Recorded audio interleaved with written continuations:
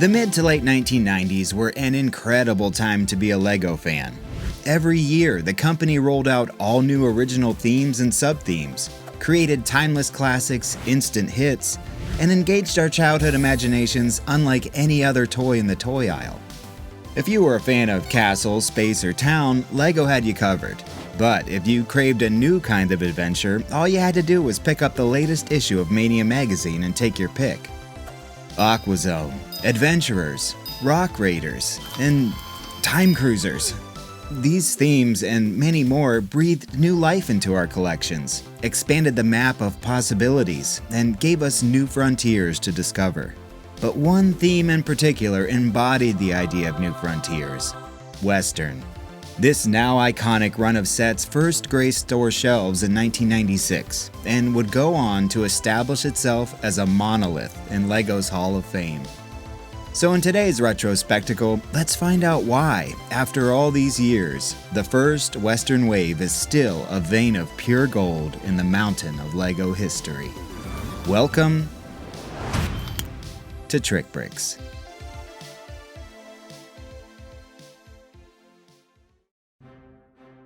Well, howdy partners, I'm Jamie and welcome to Legoredo. Some of my strongest memories of LEGO in the 90s can be tied to Western.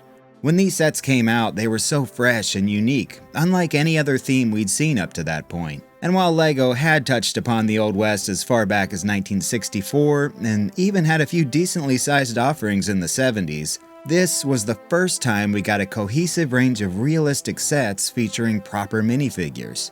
And while both of those aspects contribute a great deal to its status as a timeless theme, another huge part is just flat out good design. So today, I'm going to attempt to give you a definitive look at every set, every minifigure, and every little hidden detail from LEGO Western's debut year. And as a special treat for the 30th anniversary, toward the end of the video I'll be showcasing my brand new custom mock that perfectly augments some of the best sets in the wave. So let's giddy up and get to it. I've mentioned my love for small sets in the past, and just how important I feel they are when it comes to accessibility and world building. 6 sets in total were released in 1996, and since we'll be going in order of piece count today, we're beginning with 6712 Sheriff's Showdown. And I can't overstate what a cool little set this was back then. Not for the build, obviously, but for the parts. As a kid, I was always drawn to the new elements and accessories that accompanied new themes, and this was a great, inexpensive way to pick up several of those at the time. For the low price of $4, you not only got 2 minifigures and a horse, but also a handful of those brand new parts. We'd had barrels for years, but now we had one big enough to fit a minifig. Great for anyone looking to hide out or take cover during a gunfight. While not a new element, the 1x2 dynamite tile was a new print and would be an integral part of a few awesome play features we'll see in upcoming sets. But the most exciting addition, for me at least, were the firearms. With these, LEGO was really pushing the limits of their self-imposed no modern weapons rule because these can totally be used in a present-day setting. But no Sheriff or Bandit would be complete without them. Speaking of which, Sheriff Wild Wyatt West and Black Bart are fantastic, and it was great to get both sides of the law in such a cheap set. Bart specifically featured yet another new for 96 part, the bandana. This could be worn to keep the sun off his neck or flipped around for stick-em-up mode. All that to say, if you're not a completionist, you could probably skip this one, as the build is next to non-existent and it doesn't contain anything you can't get elsewhere. But it was definitely a great little set at the time, perfect for jumping straight into the action or as an add-on to your Western layout. Another surprising first came in 6716 Covered Wagon, but it wasn't really a new part. For a company that built castles out of yellow because they didn't want kids using gray to make war machines, a realistic military minifigure was a huge step. Sure, we'd had knights and imperial soldiers before, but this guy could have been your great-great-grandpa. And at the time, this set was the cheapest way to get him and his brand new kepi hat. Retailing for $8 US, Covered Wagon was one of the sets I was fortunate to enjoy firsthand when it came out, and I absolutely loved it. The designer, Jorn Thompson, who is actually credited with designing every single set we'll see today, was able to perfectly capture the form and function of a real covered wagon, all while adhering to a classic 4-wide scale. There's ample room on board for a big stack of cannonballs, or you could always use it for transporting more troops or supplies. And this canvas top is set exclusive, never seen anywhere else. There's a horse, of course, of which we'll see many throughout the theme, and additional storage on the sides. And on top of that, a secret hidden compartment behind the hitch. Little features like this are simple, but add so much storytelling potential. Throw a wheeled cannon into the mix, and you've got yourself a set that not only looks excellent, it's a blast to play with. Next up is possibly one of the greatest sub-200-piece sets LEGO has ever produced. 6755 Sheriff's Lockup is always one of the first things that comes to mind when discussing the Western theme, due to its relatively low retail price of $25, combined with a fantastic cast of characters and one of the best play features to ever come out of Denmark. Sitting atop a 16x32 base plate, this set consists of a wonderful little sheriff's office that captures the look of an Old West building in a perfect 90s LEGO style. And next to that, the all-important jail cell. And since we have a jail cell, we need someone to lock up, right? This is our first look at the other two-thirds of the Thompson gang, also known as the Coyote Gang in certain parts of the world, Dewey Cheatham and the leader, Flatfoot Thompson. Do you think the set designer was being a little self-referential here? Just like their partner Black Bart, these guys are oozing with criminal charisma, and they featured a level of detail we hadn't seen much of. But this time around, the sheriff isn't all by his lonesome. We've got Deputy Dan, aka Zach, to help wrangle up these hooligans. He bears a strong resemblance to a certain character from the planet Christo, and sports a very nice Western torso print. Back to the main attraction, the interior of the sheriff's office features a chair and a small desk, inside of which we'll find some hidden gold. And the other side of the room is home to a safe, bearing an excellent theme-exclusive print. Stickers do most of the heavy lifting out front, but there is one very cool print here, a 1x2 wanted poster calling for the capture of our pal Flatfoot Thompson.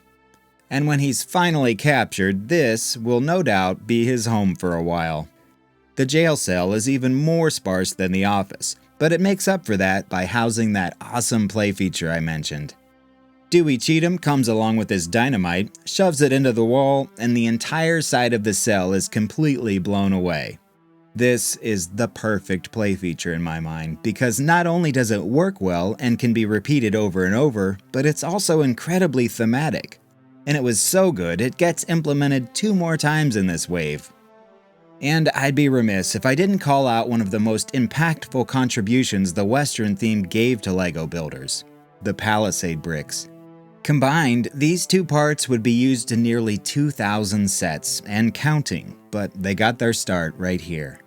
This is such a classic set, and if you're pressed for shelf space and can only have one, it's a fantastic candidate. It has just about everything you need to start your own Wild West adventure. I was a very happy kid Christmas of '96 when I found 6761 Bandit's secret hideout under the tree. It was the biggest set I'd ever received and would remain so for years, so I'm a bit nostalgic about this one. Skillfully combining 2 very important staples of Western lore, the gold mine and, as the set name would suggest, the Bandit's secret hideout, this is another absolute banger.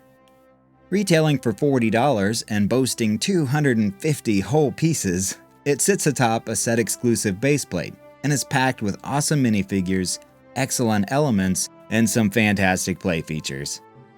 Fittingly, all 3 bandits are together for the first time, and they've got their eyes on these fellas: the cavalry soldier and cavalry lieutenant, or colonel, depending on who you ask. They just happen to be passing through with some valuable cargo, and announcing their presence is the lieutenant's chrome gold bugle, which was another new part at the time, and still looks fantastic today. As for the build, I love the way this tiny shack is built into the mountain, and the designer did a decent job adding little bits and pieces to the burps here to break up the monotony. Not much going on inside, admittedly, but it seems like the cave is home to an ongoing poker game. This card hand was another new print and would remain exclusive to the theme. As for play features, we've got a tipping water barrel, toppling stairs, falling barrel, and a swiveling triple gun. But the best one is triggered by this tripwire. Passing through the ravine, the cavalry snags the string and out rolls the big gun. There's also a bit of hidden gold here. You can say what you want about the lack of detail compared to modern sets, but this was when LEGO was purely focused on making great toys for kids to play with. And I can confirm from my childhood experience that they achieved their goal with this one. Next up, my personal favorite set of the wave, and perhaps in all of Western, 6765 Gold City Junction. Few things are more ubiquitous with the Western myth than the showdown on Main Street at high noon, and this gave you the perfect setting to play that out on your living room floor. But that's not the only thing you can do with it. Thanks to another stellar lineup of minifigs, play features, and accessories, the story opportunities are endless here. And while I don't find it lacking anything on its own, throw in Sheriff's Lockup and now you're really cooking. For $50, you got 350 pieces to make 3 separate builds: a bank, a general store, and an armored vault wagon. I feel like this set has the most variety and visual diversity of any first wave offering, and maybe that's why I like it so much. The bank sports a bright red, white, and blue color scheme that stands out so well against all of the more drab builds in the theme, and is also home to a few printed tiles, the Flatfoot Thompson Wanted poster, and this set-exclusive Legoredo sign. Inside, we'll find a teller's counter, behind which is one of 2 minifigures only ever found in this set, the Banker. He's got a wonderfully unique look about him and is definitely a welcome addition to the townsfolk. We've also got some cash, a safe, and a vault. This is, no doubt, one of the Thompson gang's favorite places in town. And on top of looking great, it's also packing the same excellent dynamite trick found in Sheriff's Lockup, this time being employed to blow up the bank vault in spectacular fashion. And no frontier town would be complete without a general store. This is your one-stop shop for firearms, tools, dynamite, and apparently cannons. The color scheme is a bit more in line with the rest of the theme, although the pop of green stands out nicely. And I love the opening shutters on top, allowing our bandits to get a good look at things below without being seen. The interior is, again, small, but manages to accommodate many of those aforementioned items for sale behind the counter. And while no shopkeep is officially designated, I think Flatnose Curry, the other set-exclusive minifig, is a great choice when he's not driving the vault wagon. His torso is unique, and his face print was only ever found in a few pirate sets. He's one of my all-time favorite Western minifigs, and actually made my top 25 vintage minifigures of all time list. Admittedly, the general store isn't quite as exciting as the bank as far as play features go, but the vault wagon makes up for that. Being the Wild West equivalent of a Brinks truck, this thing is my favorite quote-unquote vehicle of the theme. The covered wagon probably has it beat in terms of displayability, but as far as playability, it can't be topped. There's the swiveling triple gun, opening bar doors, the safe full of cash, hidden storage, and, one last time, the best play feature ever. It's also the only wagon in the theme to boast a pair of horses, denoting its need for speed. All of that packed into this small build is just incredible to me. And I feel the same way about the set as a whole. There's so much packed in here. And the rare parts, combined with great functions, make it not only collectible, but fun to play with. I really can't recommend this one enough. If you had it, you were the envy of kids everywhere. If you didn't have it, you probably dreamed about having it. 6769 Fort Legoredo is one of the greatest flagship sets of any theme, not just Western. First off, the obvious. It's massive. With a footprint of 64 by 64 in studs, that's 20 by 20 in inches or about 51 by 51 in centimeters, you may actually find it a bit difficult to display this in this configuration. But like I mentioned in the Bandit Secret Hideout section, LEGO wasn't really in the business of building display-only sets back then, and this thing was meant to dominate your living room or bedroom floor. And by the numbers, it decisively beats every other set in the theme.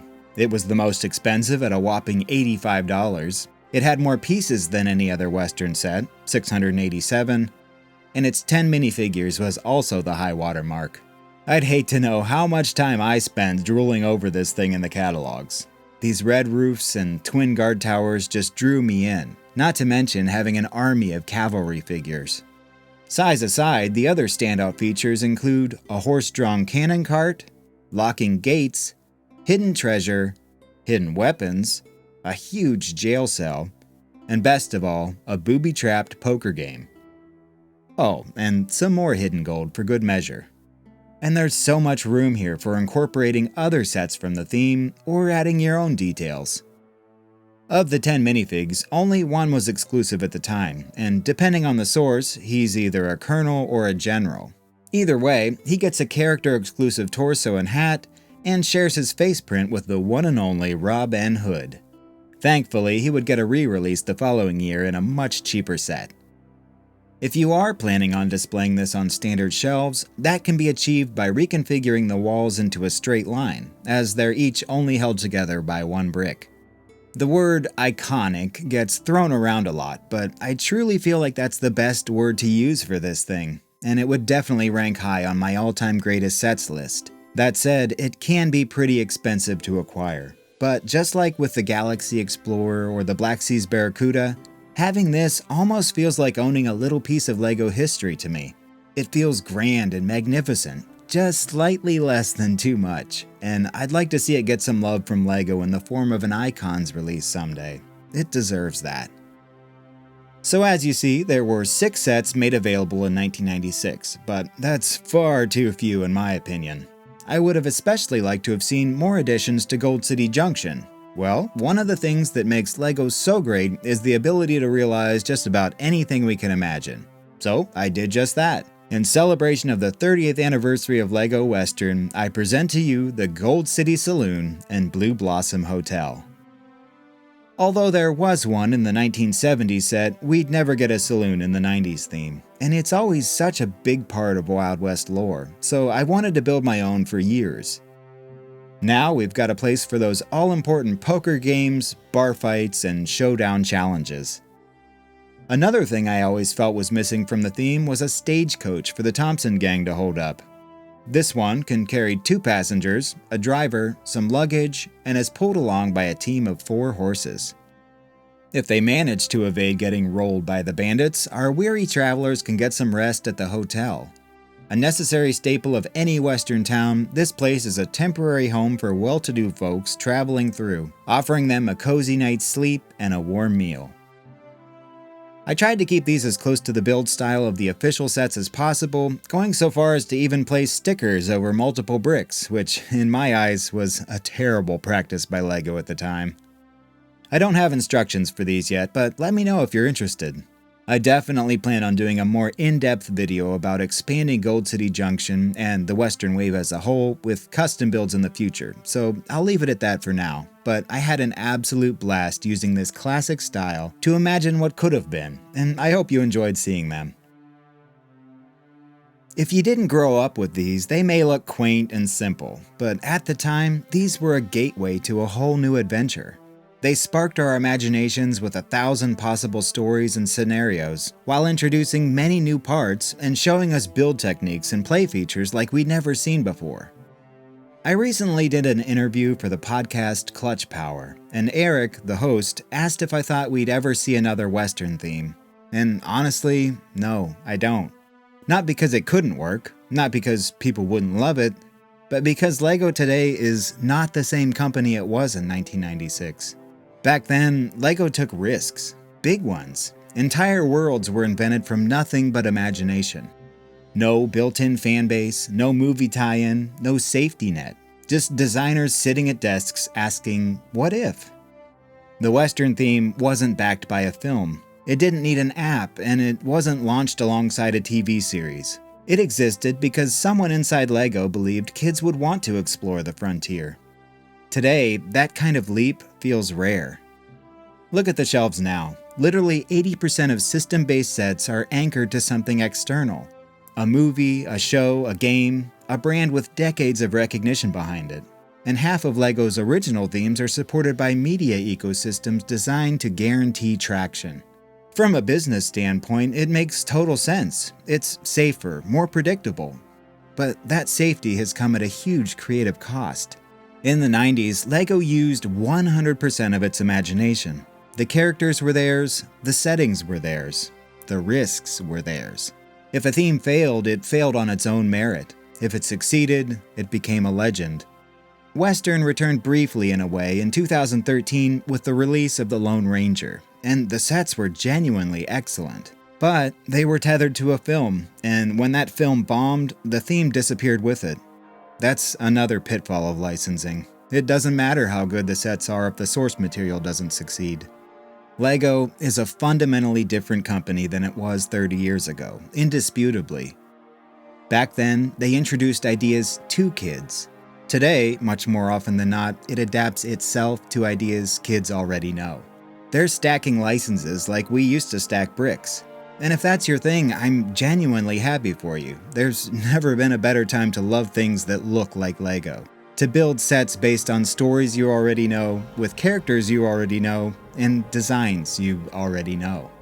But LEGO used to represent a blank canvas. A company confident enough to say, here's a world, go fill it. There was something magical about that. Every year felt unpredictable, in a good way. You didn't know what was coming next. It felt like you were always standing at the edge of something vast, an open horizon. And maybe that's why themes like Western still linger in our memories the way they do. They weren't just themes about new frontiers, they were born during one. A time when LEGO itself was riding into the unknown, not entirely sure what lay ahead, but willing to find out. And that's the part I really miss about this time period in LEGO's history. Not just the sets, the feeling that anything could be next. That somewhere, in a quiet design studio in Billund, someone was dreaming up a world we'd never seen before. A world that didn't exist yesterday. Because once upon a time, LEGO didn't just build sets, it built imaginations.